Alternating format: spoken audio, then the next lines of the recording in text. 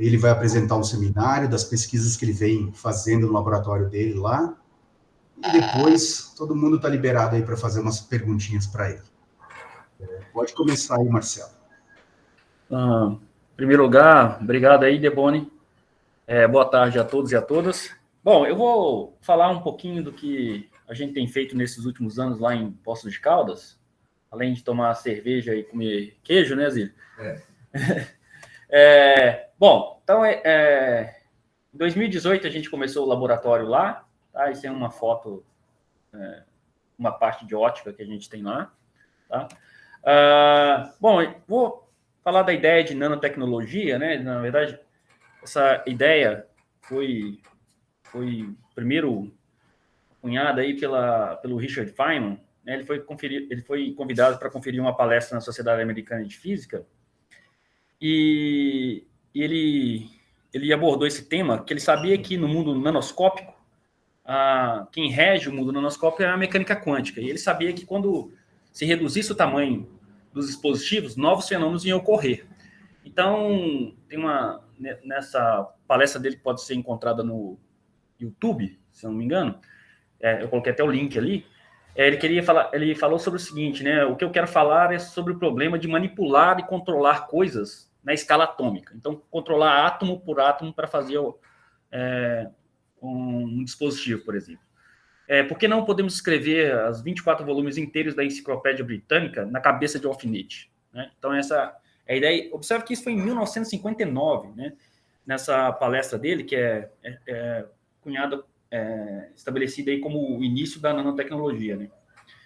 Bom, acontece que, acho que isso era 59, em 86, em 84, esses dois pesquisadores, do lado direito, eles desenvolveram o primeiro microscópio capaz, na verdade não é um microscópio, não, um nanoscópio, capaz de ver a escala atômica, né? Que é o Scanning Tunneling Microscopy, né? O STM. Tá? E eles ganharam o prêmio Nobel logo 2 anos depois, tá bom? Bom, então lá no início da década de 90, a IBM já começou a manipular aqui, tá bom? Isso aqui são átomos, tá bom? Não sei se é átomos de enxofre ou silício, eu não lembro agora. E você montou o logo da IBM átomo por átomo aqui, falando que o Feynman tinha dito, né? Que ele queria saber ele queria entender se era possível a gente manipular átomo em átomo para fazer algum dispositivo. Aqui, uma coisa muito interessante é que isso aqui é o chamado curral quântico, né? Eles pegaram átomos e fizeram um curralzinho aqui, de tal forma que o elétron fica confinado nessa região e ele não pode sair dessa barreira de potencial, então ele cria umas ondas estacionárias. Estou mostrando o comportamento ondulatório dos elétrons, né? Previsto pelo de Broglie, tá bom? Então, hoje em dia, com microscopia, né, com a FM, STM e tal, você consegue ver a resolução atômica de materiais. Isso já no final dos anos 80, né? Olha para você ver. E a gente ainda, lá em Poços, ainda estamos na escala do micro ainda. Bom, então isso aqui é um equipamento hoje em dia do STM aí para. Então você tem que observar que você vai ver, na verdade, basicamente a resolução se dá pela ponta desse tipo aqui, né? Então essa ponta aqui, por que tem resolução atômica? Por causa que você gera uma corrente de tunelamento aqui que é devido a esse último átomo da ponta. Então, o último átomo é que dá a resolução. Então, ele tem resolução atômica, porque é o último átomo que dá a resolução. Tá? Então, e aí você tem que fazer toda uma parte para você tirar todo o ruído, né? Ruído térmico, então tem baixa temperatura, etc. Tá? No Brasil já temos vários STM, tá? Se você for, aqui eu não sei se tem aqui STM, mas se você for em Campinas, você vai achar vários lá. Bom, e aí a IBM, no início dos décadas 90, já fez o menor filme do mundo, né? Por causa que ele foi feito em escala atômica. Né? Então eles moveram átomos por átomos. Todos esses pontinhos aqui são átomos individuais.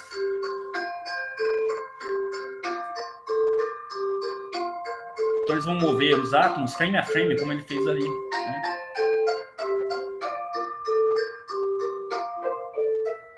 Então o filme chama Um Garoto e Seu Átomo, né? Isso tudo usando o STM. Tá?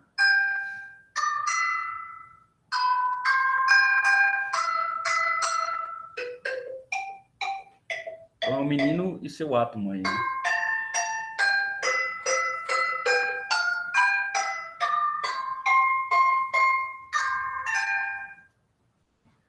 Observa que no início dos anos 90, o pessoal já conseguia manipular átomo a átomo com uma precisão absurda.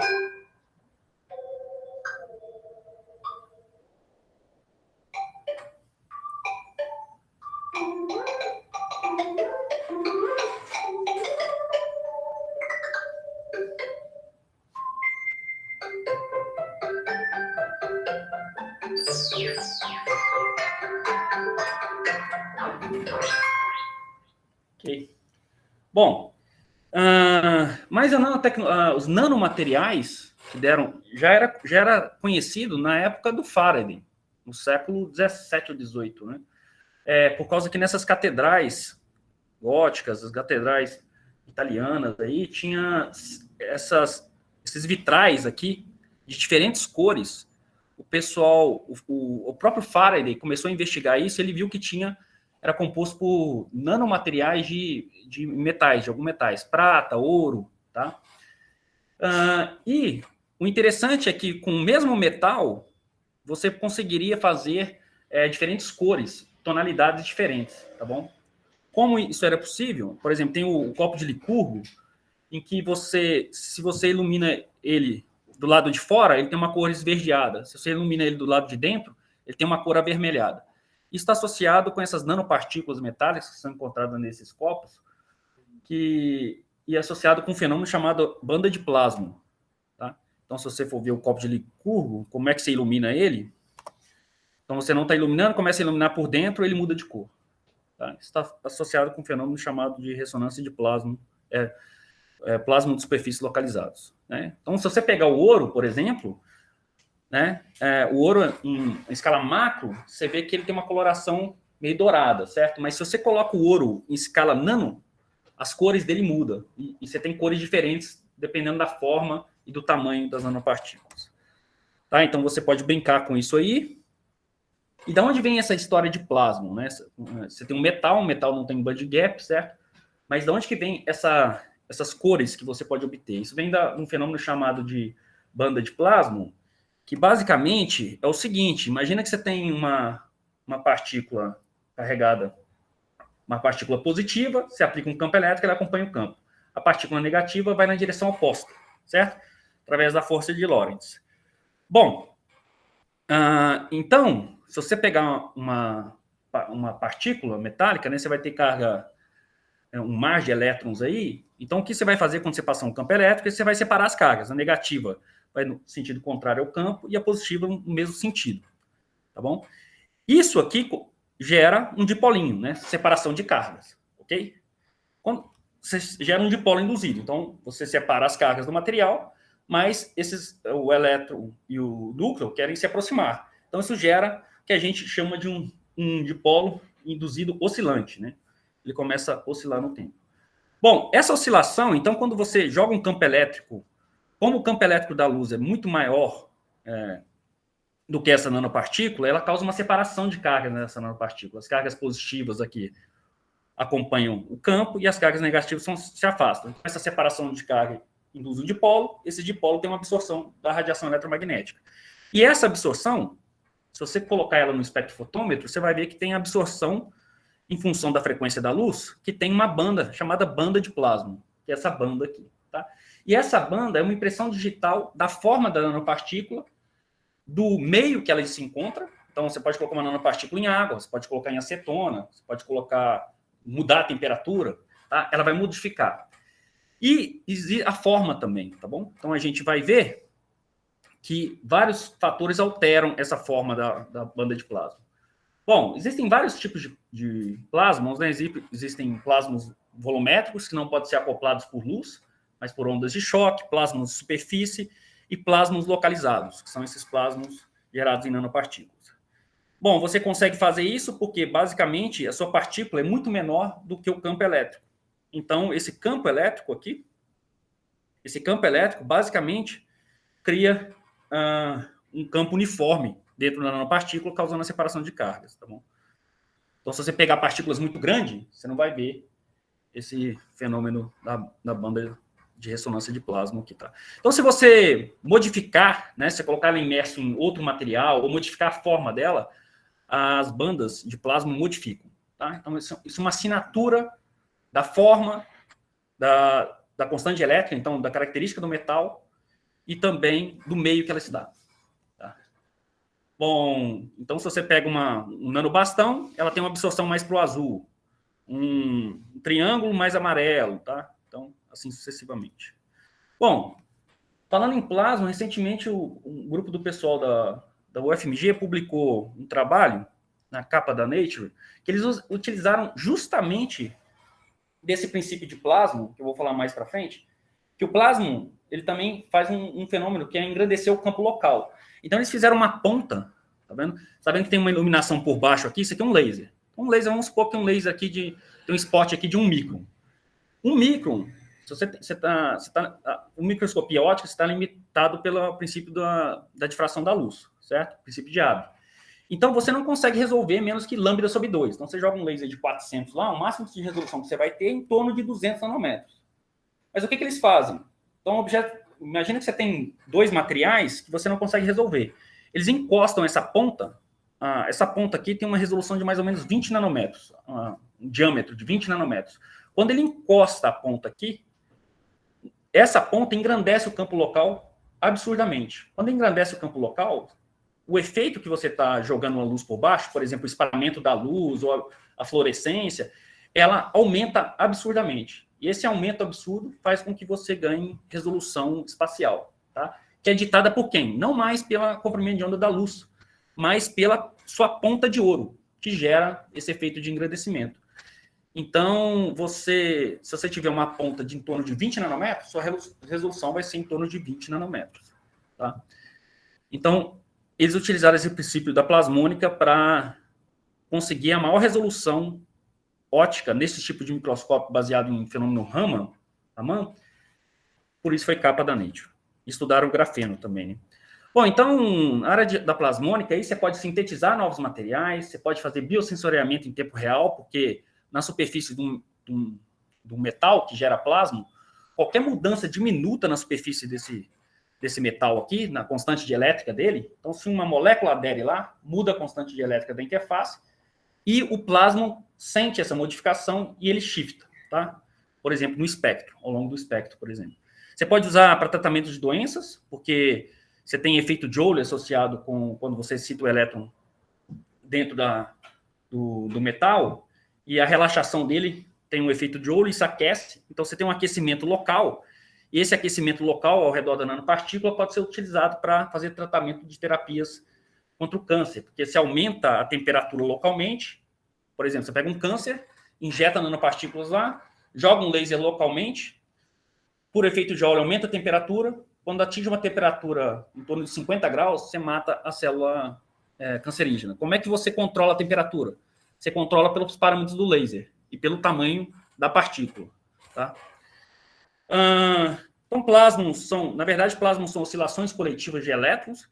Todo tipo de fenômenos coletivos são associados a quase partículas, né? A gente já viu aí, vocês já viram nos cursos, que existem vários tipos de quase partículas, como exton, fônon e também o plasma, tá? Magnum, são outros tipos de partículas. Bom, por exemplo, sensoriamento, você pode pegar uma nanopartícula, tá? Mede o espectro de absorção dela, a curva azul. Quando alguma coisa se aderir a essa nanopartícula, o espectro dela shifta. E o quanto ela shifta está associado ao quanto que mudou a constante de elétrica do material. Tá? Então, ela é muito sensível a esse tipo de sensores. E ele é bom que ele é não destrutivo, porque usa apenas luz. Tá bom? Eu não vou falar disso aqui, também é um tipo de fenômeno. Hoje em dia, você já tem vários tipos de sensores comerciais disso aí. O outro efeito que o pessoal utiliza é fazer essas nanoantenas, né? Você coloca 2 partículas metálicas muito próximas e no meio delas você gera um campo elétrico engrandecido. Então, você joga um campo elétrico aqui, você vai ter o campo elétrico da luz, mais o campo elétrico do dipolo, oscilante das nanopartículas. E esse campo elétrico do dipolo aí, associado com o campo que você jogou, engrandece o campo local da ordem de 10 a 4, 10 a 8 vezes, depende do material que você está usando. Por exemplo, o pessoal coloca sílica revestida com ouro, com prata, etc., o pessoal consegue engrandecimentos aí da ordem de 10 a oitava vez. Tá? Então, é muito utilizado para quê? Você imagina que você tem um sinal muito baixo, por exemplo, Raman. Não vou entrar em detalhe em Raman aqui, mas o Raman é um espalhamento de luz inelástico de luz, né? Então, você joga uma frequência ômega, ele pode ir um ômega mais alguma coisa, ou um ômega menos alguma coisa. Está associado com um fônon. O fóton pode interagir com o material e capturar um fônon, ou pode destruir um fônon. Isso gera um fóton espalhado com maior ou menor energia, tá bom? Isso é muito utilizado porque o fônon está associado com a vibração da rede do material. Então, você tem informação no Raman sobre os modos vibracionais de materiais, tá bom? Então, o pessoal conseguiu fazer hoje em dia, utilizando nanopartículas, Raman de uma molécula única. Tá? Então, uma molécula única tem um sinal Raman extremamente pequeno. O Raman já é pequeno por natureza. Se você pegar uma partícula apenas, vai ser muito pequenininho. Mas aí o pessoal colocou aderido essa partícula, essa molécula, por exemplo, aqui, essa rodamina, colocou nanopartícula de prata. E aí, como o campo elétrico ali aumenta da ordem de 10 a quarta, 10 a quinta vez, e o espalhamento Raman é proporcional ao campo elétrico, você tem um aumento do espalhamento Raman. Aí você consegue ver o espalhamento Raman de uma única molécula, por exemplo. Tá? Então, é muito utilizado em espectroscopia. E também em tratamento de câncer, né? Você vem aqui, injeta as partículas, joga a luz, acompanha o aumento da temperatura, e pela potência da luz ali, você fala, olha, a temperatura está em 50 graus, você não pode muito aumentar a temperatura muito alta, porque senão também você degrada as moléculas, a parte do tecido saudável, né? Então, por exemplo, a variação de temperatura escala diretamente proporcional à seção de choque de absorção, a intensidade do laser, inversamente proporcional ao raio da partícula. Bom, nesse contexto, a gente começou a estudar um dos grandes problemas, por exemplo, em ótica não linear, para estudar esse tipo de nanomateriais, é saber com precisão a concentração de nanomateriais. E quando você vai fazer uma nanopartícula, quando você vai sintetizar uma nanopartícula, você não tem um único tamanho, você tem uma distribuição de tamanho, e é difícil você mensurar a concentração. Não é igual um corante, que você sabe o peso molecular, vai lá, pesa, tira o espectro de absorção, você sabe. Tá? Então, você vê muito trabalho na literatura reportando valores absurdamente altos para nanopartículas metálicas ou semicondutoras para efeitos não lineares e mesmo para efeitos lineares. Por quê? Porque a concentração está muito errada também. E também por causa de erros experimentais, etc, etc. Então, a gente queria entender, dar uma contribuição em como calcular a concentração e também como que a gente consegue fabricar, por exemplo, nanopartículas metálicas usando luz laser e durante o processo de fabricação, se esse processo de fabricação usando luz laser, a cinética e o mecanismo envolvendo esse processo estava associado a um processo químico. Era igualzinho a um processo químico, de rota química, em que o pessoal coloca um sulfactante com uma molécula para reduzir o íon de ouro, tá bom? Então, o que a gente começou a fazer? O trabalho da Cristiana vai defender agora no final do mês, e basicamente a gente vinha aqui com uma luz branca, tá bom? Nessa cubeta tinha água, apenas água e esse sal de ouro, mais nada. A gente não coloca redutor, nem sulfactante, nem nada, então uma síntese verde. Focaliza um laser de neodymium de 1 nanosegundo, 532 nanômetros, numa objetiva de 10 vezes. Focaliza numa cubeta aqui, tá bom? Por cima, e vem com a luz branca e monitora o espectro de absorção ao longo do tempo. Então, a gente tem esses espectros de absorção, que são as bandas de plasma, tá? Antes não tinha nada, ao longo do tempo começa a crescer, crescer, crescer, crescer. Tá. Então, a gente fez isso para várias concentrações e começamos a estudar. Aqui, isso aqui é uma foto, meu amigo. Já levei meu filho lá para começar a aprender. Ó. Isso aqui é o Guilherme. Então, a gente começou a fazer isso aqui que a gente fazia. Tá? Quando você focaliza o laser, ele gera um plasma. Tá? Um plasma. Esse plasma, ele gera uma quantidade enorme, da ordem de 10 a 20 elétrons, chamados elétrons aquosos, né, por centímetro cúbico. Então, quando você... Na água, então ele remove os elétrons da água aqui, tá? Através dessa reação química, então tem muito elétron aqui disponível. Na água tem o sal de ouro, né? Que ele já dissociou. Então tem o AuCl4-, que vai interagir com os elétrons aquosos aqui, formando um átomo neutro, tá? De ouro. Esse átomo neutro de ouro depois vai interagir com outros átomos, vai passar por um processo de nucleação e crescimento da nanopartícula. Então, a gente queria entender esse processo da cinética, dar uma contribuição, porque na parte química, tem muita gente que já estudou isso. Na parte utilizando o processo físico, que é o laser, não tem muitos trabalhos explicando o fenômeno por trás da cinética de crescimento. Bom, então, a gente fez várias análises para várias concentrações, potências do laser, tá? E aí, a gente viu o seguinte: o que o pessoal usa para, por exemplo, determinar o diâmetro de nanopartícula? Existe uma relação empírica aqui que relaciona o diâmetro com a absorção da banda SPR e a absorção em 450 nanômetros, que está associado com a absorção do bulk de ouro, tá bom? Da transição da banda D. Tá?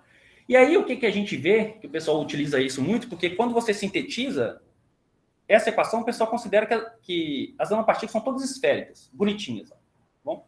E a gente sabe que não é. Isso já tem vários trabalhos reportando na literatura, a gente sabe que não é. Então, se a gente usa essa equação, a gente tem essa distribuição de tamanhos aí para cada tipo de concentração, tá? Então, a gente tem partículas aí em torno de 5 até 20 nanômetros, tá bom?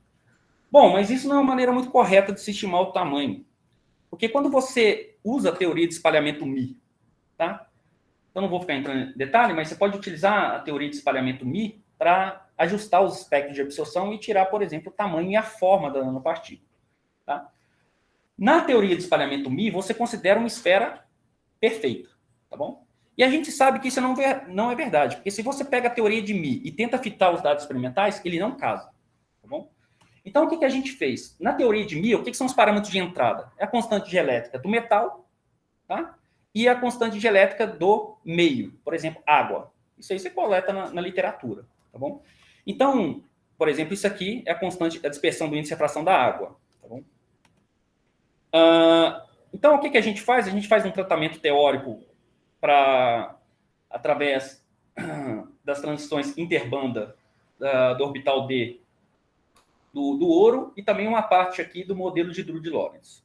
Isso aí a gente consegue descrever bem a constante dielétrica do ouro, das nanopartículas, tá? Essas aqui são as partes reais e imaginárias da constante dielétrica, tá bom? E com essas partículas, de vez de tratar a teoria de μ, que descreve uma partícula esférica, a gente utilizou a teoria de Gans, que é um esferoide oblato, né?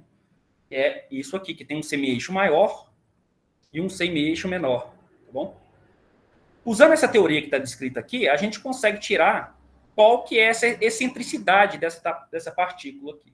Então, foi isso que a gente fez.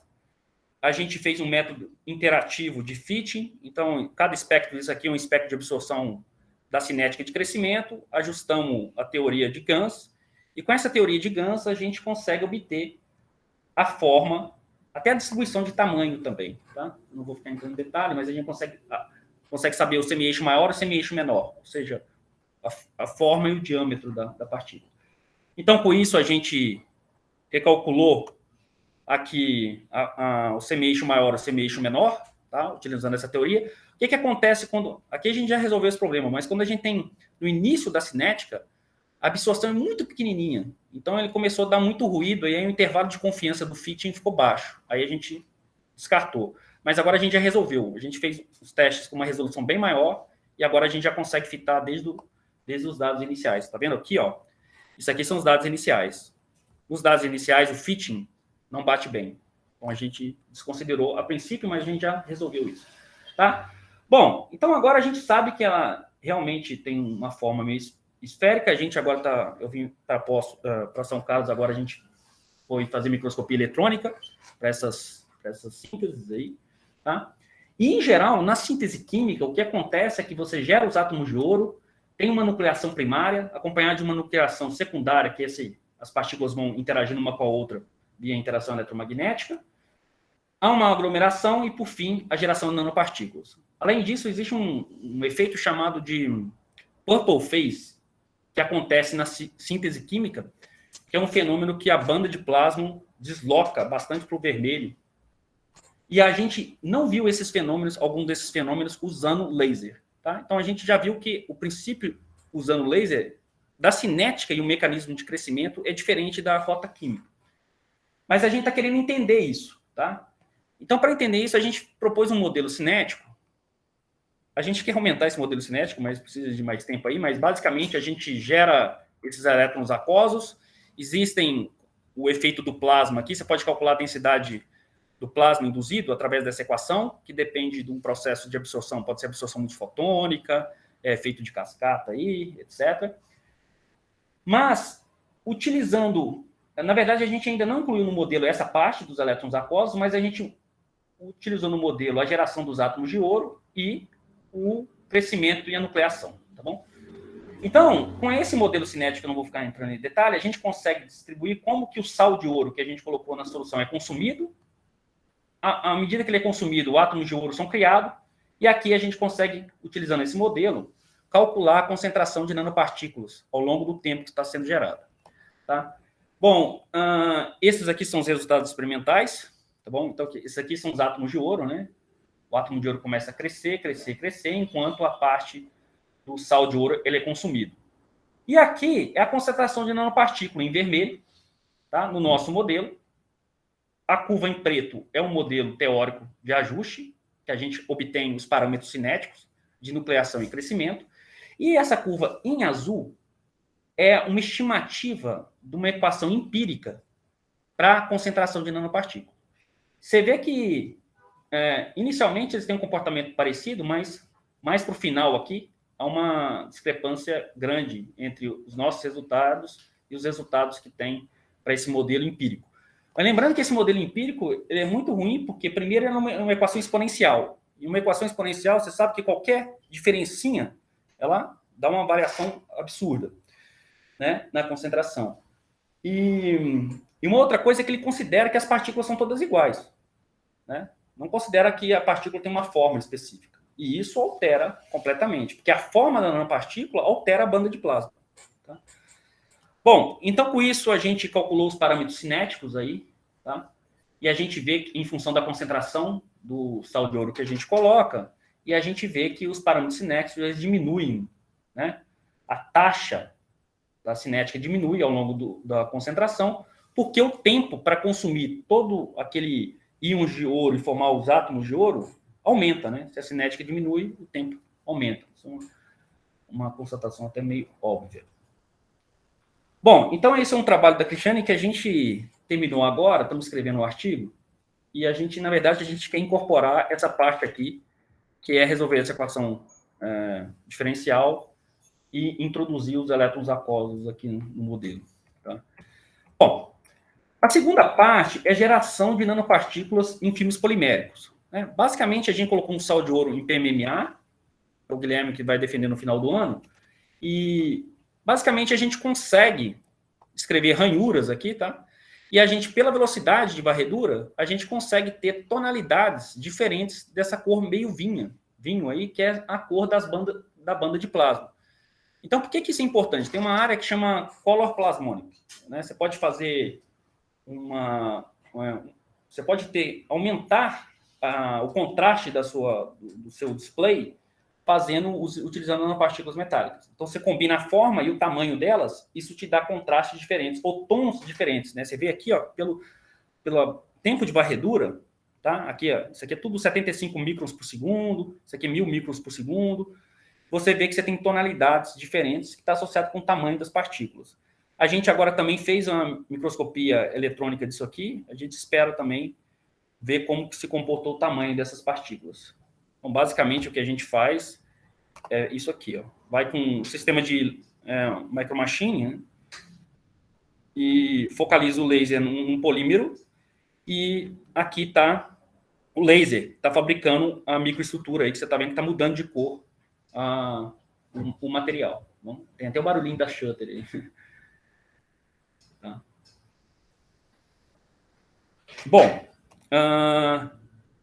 não vou ficar entrando muito em detalhe nisso, mas a gente fez em PMMA, é flexível, né? E a gente vê que a gente, ao destacar, isso que é bacana, ao destacar o filme do substrato, as nanopartículas ficam no filme, tá? Fica exatamente no próprio filme polimérico, tá bom?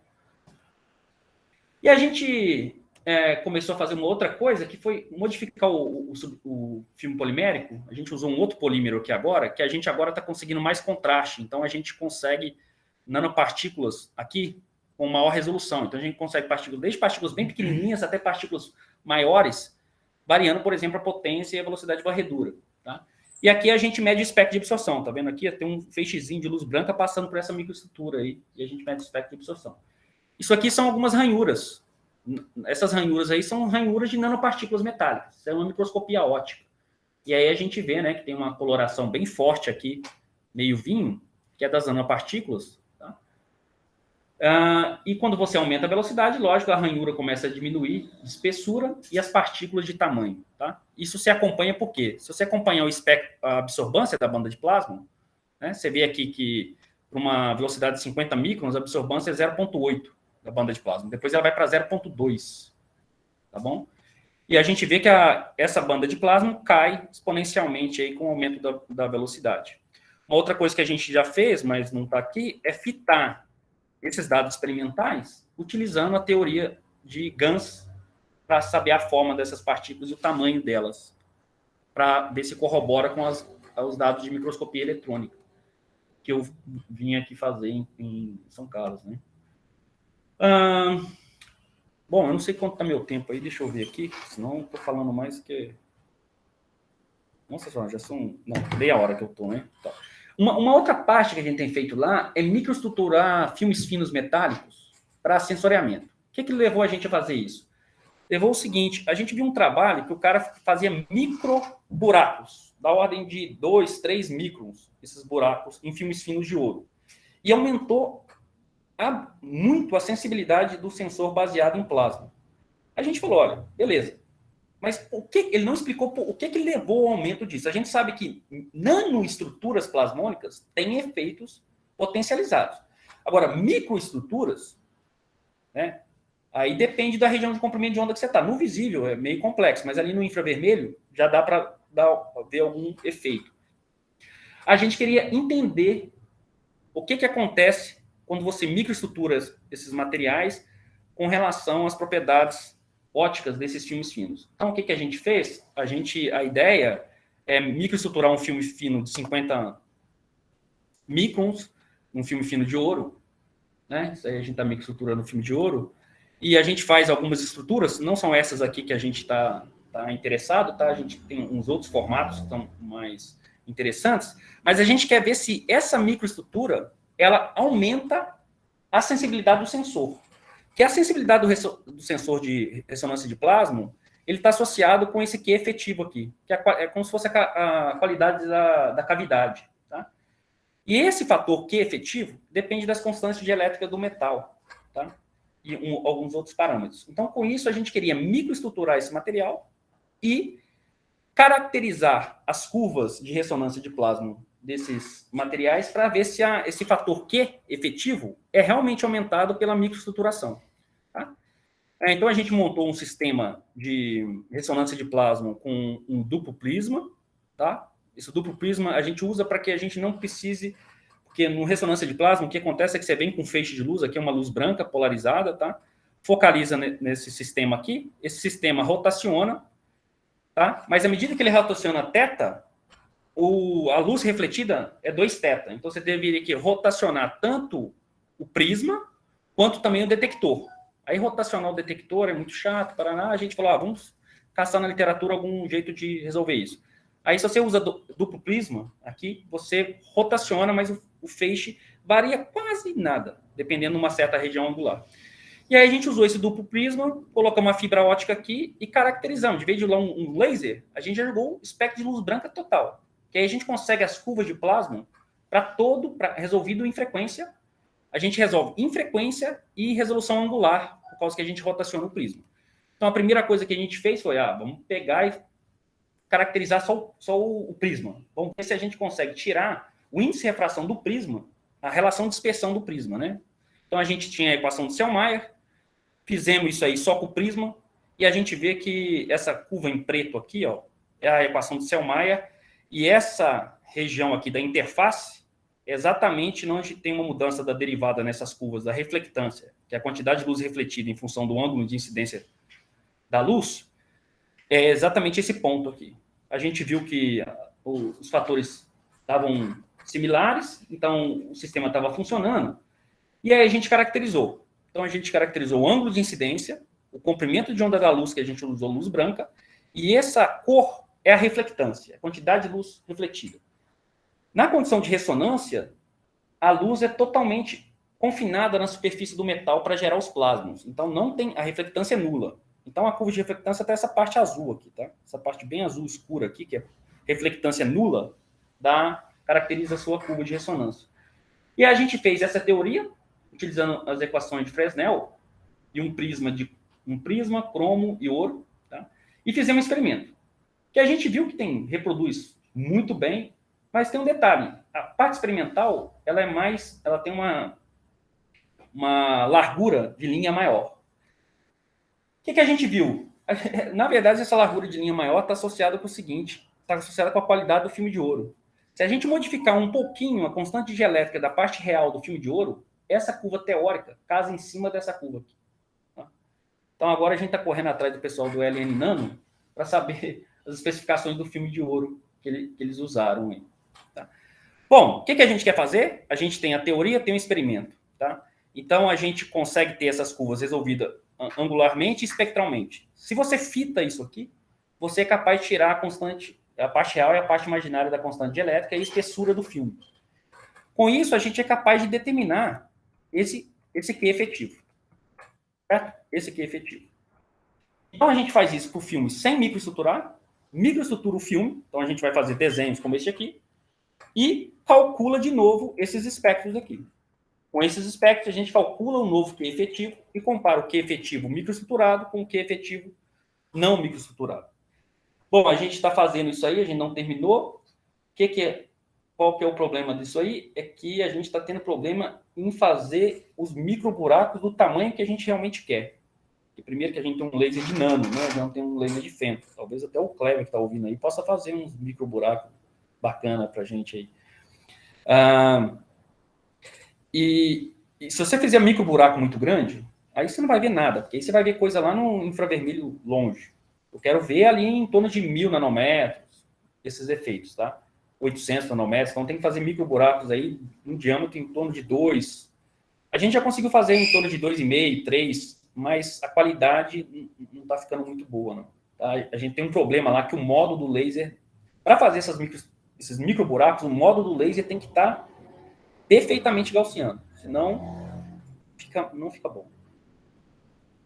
Bom, isso aqui a gente está terminando, é o trabalho da Débora, e a gente deve terminar agora no final do ano. Tá?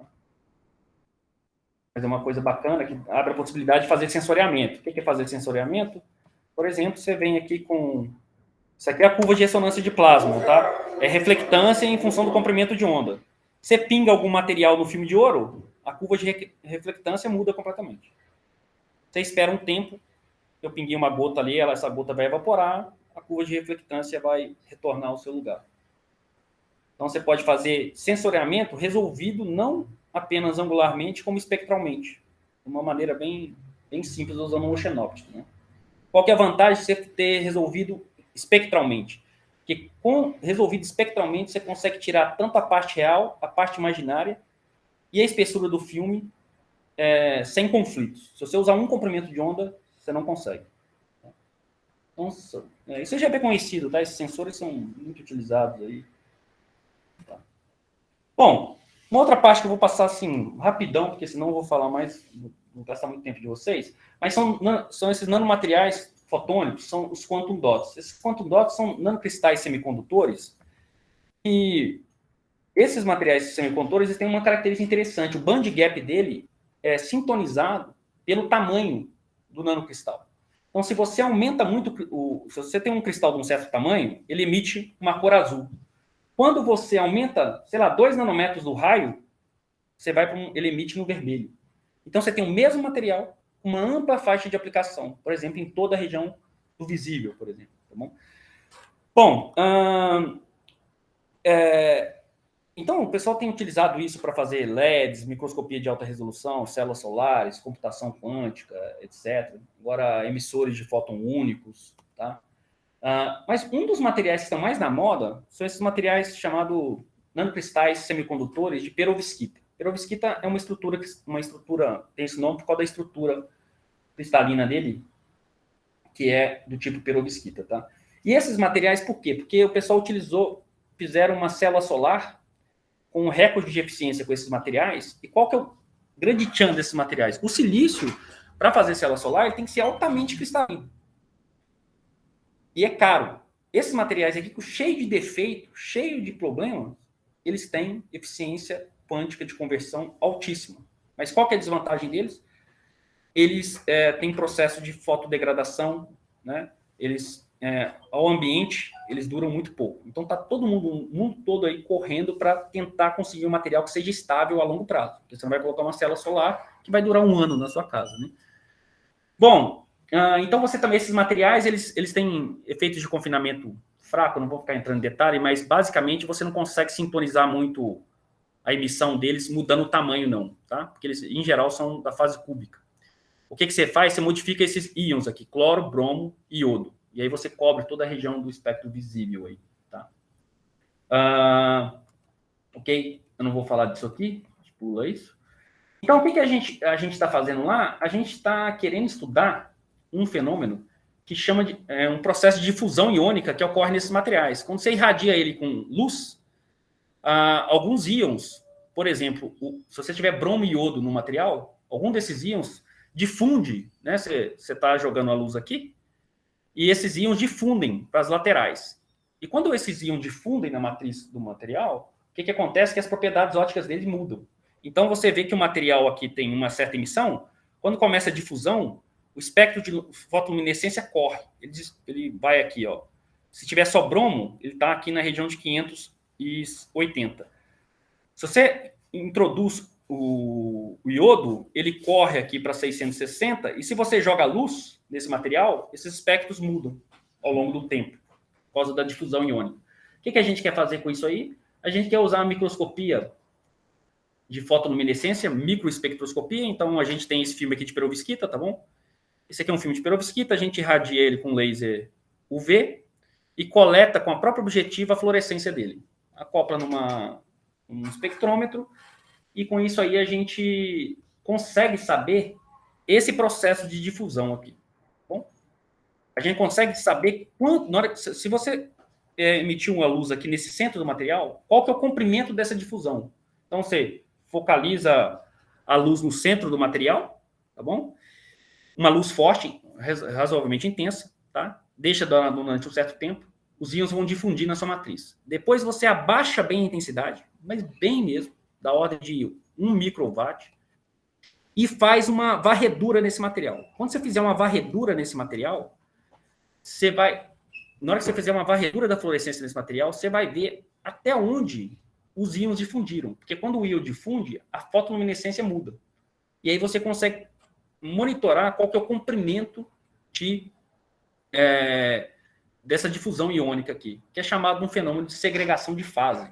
Tem muito problema nesses materiais. E é muito interessante entender isso para que a gente consiga resolver esse problema da fotoestabilidade deles. Tá? Então, o Gabriel aqui está trabalhando nisso. A gente montou esse sistema. Aí aqui eu estou mostrando só a calibração do sistema. A gente está com um sistema de microluminescência lá. E aí a gente colocou alguns materiais para a gente ver se o nosso modelo nosso sistema está realmente funcionando. Então, a gente consegue fazer algumas coisas interessantes com esse sistema que está aqui, já está todo automatizado, está funcionando. E, por fim, a gente pegou a perovskita, eu não vou entrar em detalhes nisso aqui, a perovskita. Isso aqui é o seguinte, não está roxo aqui, a gente focalizou o laser. Tá? Aqui não é um processo de segregação, difusão. É um processo de difusão iônica também, mas é um processo um pouco diferente, que é o seguinte, aqui a gente jogou muita intensidade. Muita intensidade que eu digo aqui é tipo 200 microwatts. 200 microwatts com filme fino é muito, tá? Muita intensidade. E a gente focalizou esse laser aqui, tá? E esperou um certo tempo. E aí você acompanha a luminescência. A luminescência vai caindo, porque você causa um fotoblint no material. A luminescência vai caindo. Depois de um certo tempo, esse spot do laser tem da ordem de 1 micron. 1 micron. Isso aqui tem 200 microns por 200 microns, tá? Quadradinho aqui. Então a gente focalizou bem no centro aqui, 1 micron. Se você olha com a câmera, com a microscopia óptica, você não vê nada. Você não vê lá um furo no material, você não vê nada. Mas se você faz uma imagem de microscopia de fotoluminescência, você vê isso aqui, ó.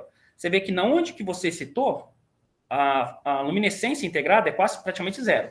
Mas só que quando você cita esse material, ele tem bromo. Esse bromo sai da rede, no processo de fotoblint. Quando esse bromo sai da rede, a fotoluminescência cai abruptamente. Mas esse processo se difundiu, porque era para ele ficar ali, né, um calor, se propagar, mas não era para correr esse tanto aqui. A gente viu que ele corre aqui, ó, se você pegar o centro, até onde está essa cor azul aqui, ele correu em torno de 80 microns, tá? Esse processo de fotoblint. Então, ele tem um comprimento de difusão desse processo aí da ordem de 80 microns, para essa potência do laser. Se você diminuir, aumentar, você vai ver outros tipos de efeito. Então, isso aí é só um teste inicial que a gente fez. Na verdade, a gente tem vários tipos de filmes desses de perovskita com bromo e iodo, e a gente quer entender como é que ocorre tanto o processo de fotoblint, esse comprimento de difusão dos íons aí, também como o processo de segregação de fase, que é você não tem uma perda da fotoluminescência, mas a fotoluminescência corre. Ela sai do verde e vai para o vermelho. Tá? Você não pode ter isso no material, porque senão ele começa a operar de maneira que você não desejaria, né? Então, é isso. A gente agora está orientando no doutorado também, lá em Poços, no doutorado em materiais. Tá? Então, a gente está com os projetos de síntese de nanomateriais, fototerapia plasmônica, microfabricação a laser, sensores, microfluorescência de filmes finos, e agora a gente vai começar um micro-Raman. A gente está começando a desenvolver um projeto um dinheiro que a gente ganhou da FACEMI. Muito obrigado aí.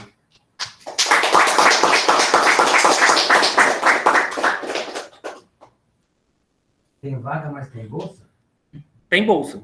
Você acredita que tem bolsa? Eu não. Tá tendo um problema, né? Porque a quantidade de gente... Marcelo, Oi. só um pouquinho, eu vou interromper então a gravação e daí a gente começa a parte de questões aí. Beleza? Obrigado aí. Valeu. A questão não sai na gravação, então vocês podem vontade.